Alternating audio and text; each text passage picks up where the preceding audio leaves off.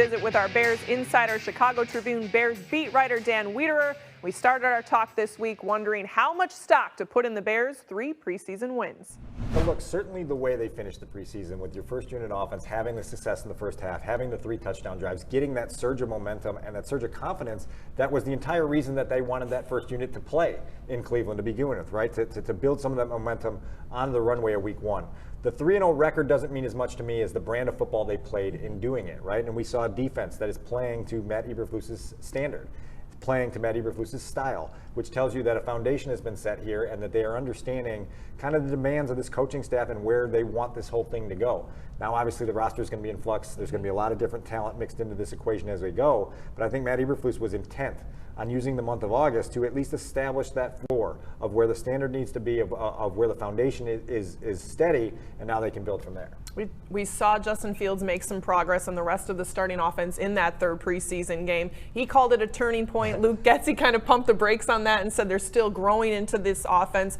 But what can fans look at from Justin's preseason work, and even in training camp and the practices, what have you seen that kind of give you confidence that he is indeed improving? Well, I asked Justin specifically about the turning point thing. He was given basically a multiple choice answer in the post game and got the alley-oop on turning point and dunked it. And I said, I just want you to explain that a little bit more. And he redefined it as sort of a stair step, right? They took another step in their offensive progression. And I think that was critical for them to understand that this offense is going to be a work in progress for a long time. And that if you can start to build things incrementally and go forward.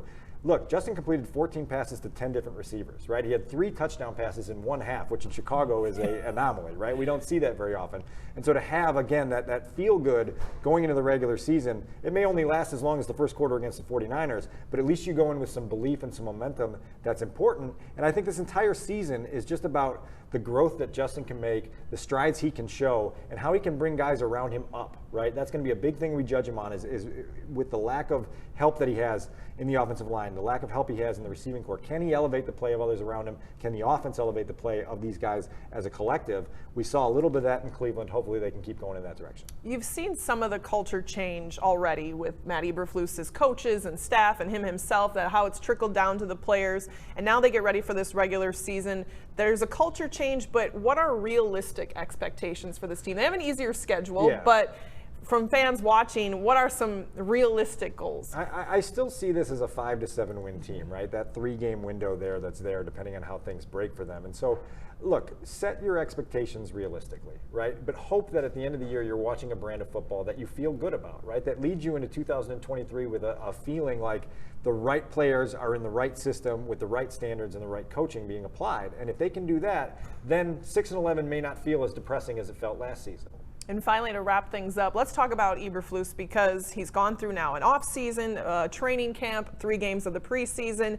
To me, it looks like the way he coaches and the expectations that he sets, they're not being penalized a lot. They're playing a lot cleaner football. What have your impressions been of him as a head coach, first-year head coach already, now getting ready for the regular season? Good word choice, clean, right? It was cleaner. 13 penalties in the 3 preseason games, not a lot of pre-snap mental mistakes or things where you just scratch your head and say, that can't happen, right? There wasn't much of that, and that's progress for the Chicago Bears.